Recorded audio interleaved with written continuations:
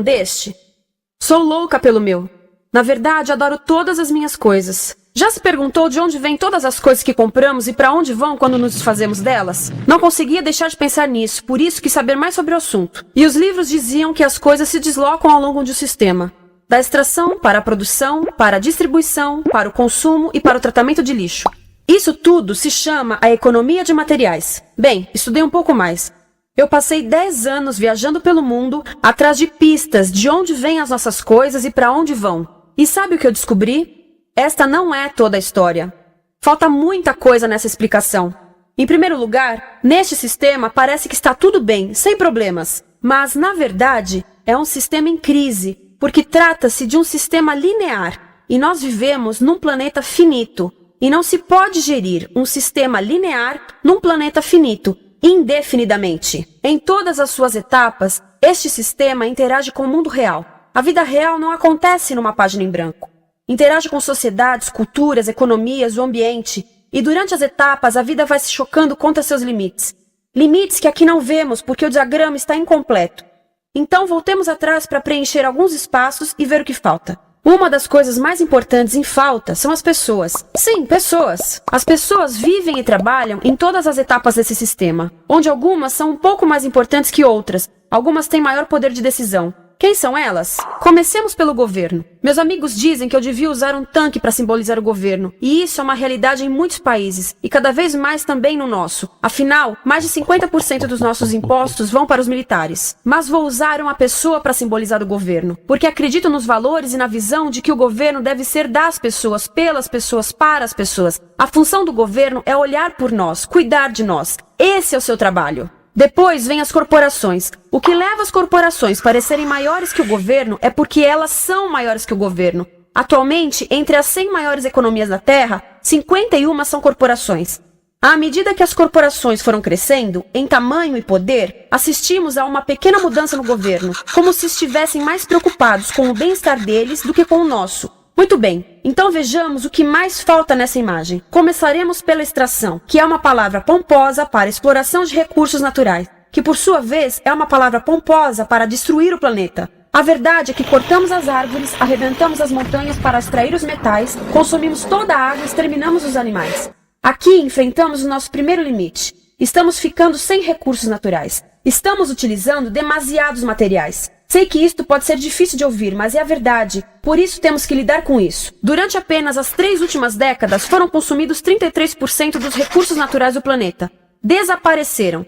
Cortamos, minamos, perfuramos e destruímos o planeta tão depressa que estamos debilitando a capacidade do planeta para sustentar o nosso modo de vida. Onde eu vivo, nos Estados Unidos, resta-nos menos de 4% da nossa floresta original. 40% dos cursos de água estão impróprios para o consumo. E o nosso problema não é apenas estarmos utilizando demasiados recursos, mas o fato de estarmos utilizando mais do que a nossa parte. Temos 5% da população mundial, mas usamos 30% dos recursos mundiais.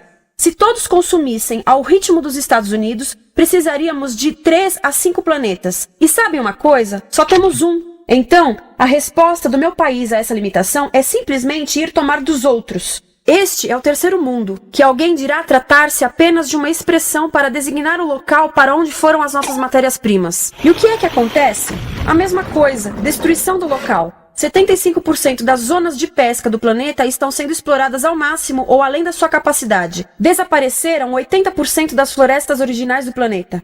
Só na Amazônia perdemos 2.000 árvores por minuto, o equivalente a um campo de futebol por minuto. Então, e as pessoas que vivem aqui? Bem, de acordo com esses sujeitos, eles não são donos desses recursos, mesmo que vivam lá há gerações. Não são donos dos meios de produção, nem compram muitas coisas. Nesse sistema, quem não possui nem compra muitas coisas não tem valor. A seguir, as matérias-primas seguem para a produção, aonde utilizamos energia para misturar químicos tóxicos com recursos naturais para produzir produtos contaminados com tóxicos. Há atualmente no comércio mais de 100.000 químicos sintéticos. Apenas um punhado foi testado para avaliar o seu impacto na saúde, e nenhum foi testado em relação aos impactos sinérgicos na saúde, ou seja, a interação com todos os outros químicos aos quais estamos expostos diariamente. Por isso, desconhecemos o impacto total deles na saúde e no ambiente. Mas sabemos uma coisa: os tóxicos entram e saem. Enquanto continuarmos a introduzi-los nos nossos sistemas de produção industrial, continuaremos a inserir esses tóxicos nos produtos que levamos para nossas casas, trabalho e escolas, e claro, para nossos corpos. Como os BFRs, ou retardantes de incêndio à base de brometo, que tornam as coisas mais resistentes ao fogo, mas são super tóxicos. São neurotóxicos, ou seja, tóxicos para o cérebro. O que é que estamos fazendo usando esses químicos? Apesar disso, os usamos em nossos computadores, eletrodomésticos, sofás, colchões e até alguns travesseiros. Sim, pegamos nossos travesseiros, os revestimos com neurotoxinas, levamos para casa e dormimos por 8 horas com eles. Não sei, mas acho que num país com tanto potencial, poderíamos ter uma maneira melhor de evitar que as cabeças peguem fogo à noite. Sabia que essas toxinas vão se acumulando ao longo da cadeia alimentar e se concentram nos nossos corpos? Sabe qual é o alimento do topo da cadeia alimentar com o nível mais elevado de químicos tóxicos? O leite materno. Isto significa que os menores membros das nossas sociedades, os nossos bebês, recebem as maiores doses de químicos tóxicos das suas vidas a partir do leite das suas mães. Não acha que é uma incrível violação? A amamentação deveria ser o mais importante ato humano de nutrição. Deveria ser algo sagrado e seguro. A amamentação continua a ser o melhor e as mães devem amamentar, mas nós deveríamos proteger esse ato. Eles deviam protegê-lo. Eu pensava que zelavam pelos nossos interesses. As pessoas que mais sofrem com esses produtos químicos são os trabalhadores das fábricas. Muitos são mulheres em idade reprodutiva que trabalham com toxinas que afetam a gestação, carcinogênicos e muito mais. Agora eu pergunto, que tipo de mulher em idade reprodutiva trabalharia num emprego deste, exposta a estas toxinas, a não ser uma mulher sem outra alternativa? Essa é uma das maravilhas desse sistema. A erosão dos ecossistemas e economias locais aqui garante um fluxo constante de pessoas sem alternativas. No mundo, há 200 mil pessoas por dia se deslocando de ambientes que as sustentaram ao longo de gerações para cidades, onde muitas vivem em bairros de lata, à procura de emprego, por mais tóxico que seja. Não só os recursos são desperdiçados ao longo desse sistema, mas também pessoas, comunidades inteiras são desfeitas. Sim, as toxinas entram e saem. Muitas delas saem das fábricas em produtos, e muitas mais saem como subprodutos, ou poluição. E estamos falando de muita poluição. Nos Estados Unidos, as indústrias admitem liberar mais de 1.800.000 quilos de químicos tóxicos por ano. Deve ser muito mais, porque isso é o que eles admitem. Trata-se de outro limite, porque quem quer ver e respirar 1.800.000 quilos de químicos tóxicos por ano? Então o que eles fazem? Mudam as fábricas poluidoras para o estrangeiro, para poluir outros países. Mas, surpresa, grande parte dessa poluição volta para nós trazida pelo vento. E o que acontece depois de todos os recursos naturais serem transformados em produtos? Passam por aqui, para a distribuição, o que significa vender todo o lixo contaminado com toxinas o mais rápido possível. Aqui, o objetivo é manter os preços baixos, com as pessoas comprando os produtos em constante movimento. Como eles mantêm os preços baixos? Pagam salários baixos aos trabalhadores das lojas e restringem o acesso aos seguros de saúde sempre que podem. Tudo se resume em exteriorizar os custos. O verdadeiro custo da produção não se reflete no preço. Em outras palavras, não pagamos aquilo que compramos. Outro dia estive pensando nisto. Ia a caminho do trabalho e queria ouvir as notícias. Por isso entrei numa loja para comprar um rádio. Encontrei um pequeno rádio verde engraçado que custava $4,99. Na fila do caixa pensei, como $4,99 podem refletir o custo da produção e transporte desse rádio até ele chegar nas minhas mãos? O metal deve ter sido extraído na África do Sul. O petróleo provavelmente do Iraque. O plástico produzido na China e talvez montado por uma criança de 15 anos numa fábrica do México. $4,99 não paga nem o aluguel do espaço ocupado na prateleira, nem parte do salário do empregado que me atendeu, ou as viagens de navio e caminhão que o rádio fez. Foi assim que eu percebi que eu não paguei o valor do rádio. Então, quem pagou? Estas pessoas pagaram com a perda do espaço dos seus recursos naturais. Estas pagaram com a perda do ar puro, com o aumento de doenças como asma e câncer. As crianças do Congo pagaram com o seu futuro, pois 30% delas abandonam a escola para trabalhar nas minas de coltan, um metal que usamos em aparelhos eletrônicos baratos e descartáveis. Estas pessoas pagaram por não ter direito ao seguro de saúde. Ao longo desse sistema, pessoas contribuíram para que eu comprasse o rádio por $4,99, mas essas contribuições não são registradas por nenhum contabilista. É isto que eu quero dizer com exteriorizar o verdadeiro custo de produção. E isso nos leva à seta dourada do consumo. O coração do sistema, o motor que impulsiona. É tão importante proteger esta seta que se tornou prioridade daqueles dois sujeitos. É por isso que após o 11 de setembro, quando nosso país estava em choque, o presidente Bush poderia ter sugerido fazer luto, rezar, ter esperança, mas não, ele disse para fazermos compras. Compras! Nos tornamos uma nação de consumidores. Nossa principal identidade passou a ser de consumidores. Não mães, professores, agricultores, mas consumidores. Nosso valor é medido e demonstrado pelo quanto contribuímos para esta seta. Quanto consumimos. Não é isso que fazemos? Compramos, compramos, compramos. Manter os produtos circulando. E como circulam? Sabe qual a porcentagem dos produtos que circulam através desse sistema que ainda são usados 6 meses depois da venda na América do Norte? 50%? 20%? Não, 1%. 1. Em outras palavras, 99% das coisas que nós cultivamos, processamos, transformamos, 99% das coisas que percorrem o sistema são lixo em menos de 6 meses. Como é que podemos gerir um planeta com esse nível de rendimento? Mas não foi sempre assim. Hoje, o consumidor médio americano consome o dobro que há 50 anos. Pergunte à sua avó. No tempo dela, a boa gestão, a engenhosidade e a poupança eram valorizados. Então, como é que isso aconteceu? Bem, não aconteceu simplesmente. Foi planejado. Pouco depois da Segunda Guerra Mundial, estes sujeitos estudavam a forma de impulsionar a economia. O analista de vendas Victor Lebow articulou a solução que se tornaria a norma de todo o sistema. Ele disse: a nossa enorme economia produtiva exige que façamos do consumo a nossa forma de vida, que tornemos a compra e uso de bens em rituais, que procuremos a nossa satisfação espiritual, a satisfação do nosso ego no consumo. Precisamos que as coisas sejam consumidas, destruídas, substituídas e descartadas a um ritmo cada vez maior. O conselheiro econômico do presidente Eisenhower disse: o principal objetivo da economia americana é produzir mais bens de consumo. Mais bens de consumo? O nosso principal objetivo? Não é providenciar cuidados médicos, ou educação, ou transportes seguros, ou sustentabilidade, ou justiça? Bens de consumo? Como é que eles nos fizeram adotar esse sistema de forma tão entusiástica? Bem, 2 das suas estratégias mais bem-sucedidas são a obsolescência planejada e a obsolescência perceptiva. A obsolescência planejada é uma outra forma de dizer criado para ir para o lixo. Eles fazem as coisas de modo que sejam inúteis tão rápido quanto possível para jogarmos fora e voltarmos a comprar. Isso é óbvio em sacolas ou copos de plástico, mas verifica-se isso em coisas maiores como esfregões, DVDs, máquinas fotográficas, churrasqueiras, quase tudo. Até computadores. Já reparou que quando compra um computador, a tecnologia muda tão rápido que em poucos anos se torna quase um impedimento para a comunicação? Fiquei curiosa e abri um desses computadores para ver o que tinha dentro.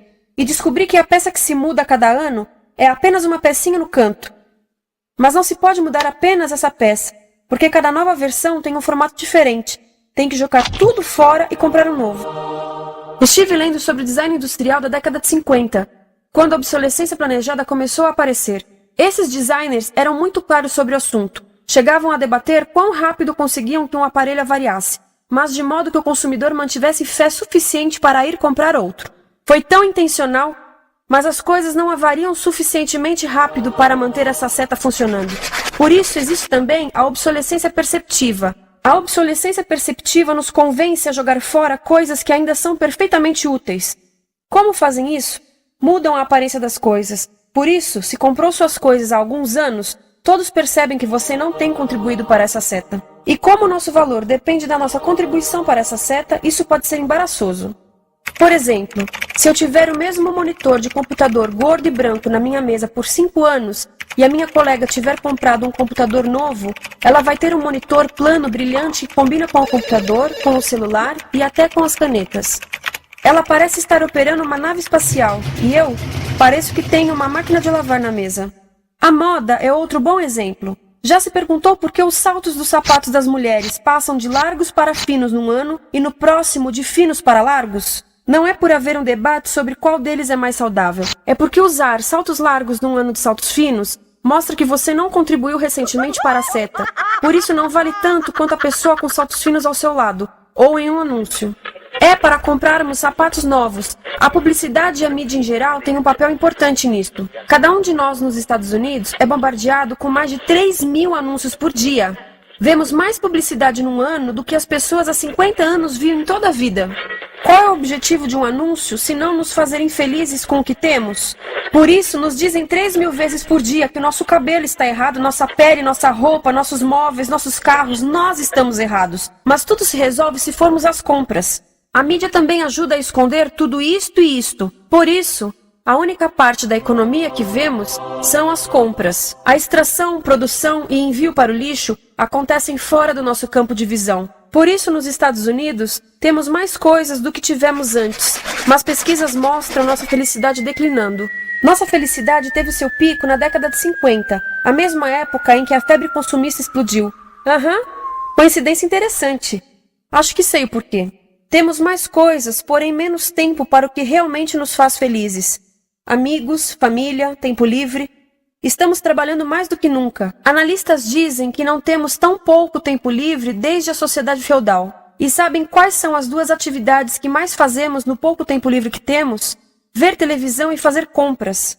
Nós, americanos, passamos 3 a 4 vezes mais tempo comprando do que os europeus. Assim, nessa situação ridícula, vamos trabalhar talvez em 2 empregos, e quando chegamos em casa exaustos e sentamos no sofá novo para ver televisão, os anúncios dizem que não prestamos, então vamos às compras para nos sentirmos melhor. Depois trabalhamos mais para pagar o que compramos e chegamos em casa mais cansados, vemos mais televisão que nos diz para fazermos compras outra vez. E estamos nesse ciclo de trabalhar, ver, comprar, e podíamos simplesmente parar. Então, no final, o que acontece a todas essas coisas que compramos? Nesse ritmo de consumo, não cabe tudo em casa, apesar do tamanho médio das casas ter duplicado nesse país desde os anos 70. Vai tudo pro lixo, e isso nos leva ao tratamento do lixo. Essa é a parte da economia de materiais que conhecemos melhor, porque nós temos de levar o lixo até a esquina. Cada americano produz 2 quilos de lixo por dia, o dobro do que fazíamos há 30 anos. Todo esse lixo ou é despejado num aterro, que é um grande buraco no chão, ou ainda pior, primeiro é incinerado e depois despejado no aterro. As duas formas poluem o ar, o solo, a água, sem esquecer que alteram o clima. A incineração é realmente ruim. Lembra daqueles tóxicos da fase da produção? Bem, queimar o lixo libera esses tóxicos no ar. Pior ainda, produz supertóxicos novos, como a dioxina. A dioxina é a substância mais tóxica feita pelo homem, e os incineradores são a principal fonte de dioxina. Isso significa que podemos parar a principal fonte da mais tóxica substância conhecida e feita pelo homem, simplesmente parando de queimar o lixo. E podemos parar hoje. Algumas empresas não querem criar aterros e incineradores aqui. Por isso, também exportam os resíduos. Então, e a reciclagem? A reciclagem ajuda? Sim, a reciclagem ajuda. Ela reduz o lixo nessa extremidade e depois reduz a pressão para minerar e colher mais nessa extremidade. Sim, todos devemos reciclar, mas reciclar não é o suficiente. Reciclar nunca será suficiente, por 2 razões. Primeiro, o lixo que vem das nossas casas é apenas a ponta do iceberg.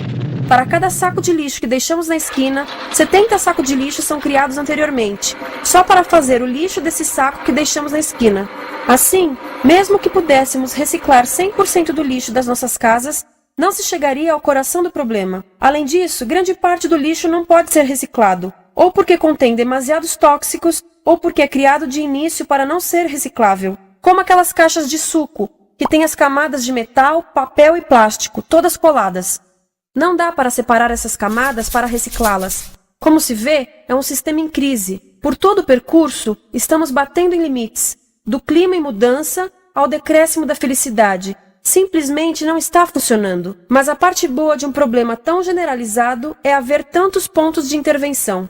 Há pessoas trabalhando aqui salvando florestas, e aqui na produção limpa. Pessoas trabalhando em direitos do trabalho, em comércio justo, em consumo consciente, no bloqueio de aterros e incineradores. E muito importante, em recuperar o nosso governo, para que seja realmente pelas pessoas e para as pessoas. Todo esse trabalho é criticamente importante, mas as coisas vão realmente começar a se mover quando enxergarmos as ligações, quando enxergarmos o panorama geral. Quando as pessoas ao longo do sistema se unirem, poderemos reivindicar e transformar esse sistema linear em algo novo, um sistema que não desperdice recursos ou pessoas, porque aquilo de que precisamos nos livrar é da antiga mentalidade de usar e jogar fora. Há uma nova escola de pensamento nesse assunto, e é baseada em sustentabilidade e equidade, química verde, zero resíduos, produção em ciclo fechado, energia renovável, economias locais vivas, já está acontecendo. Há quem diga que é irrealista, idealista, que não pode acontecer. Mas eu digo que quem é irrealista são os que querem continuar pelo velho caminho.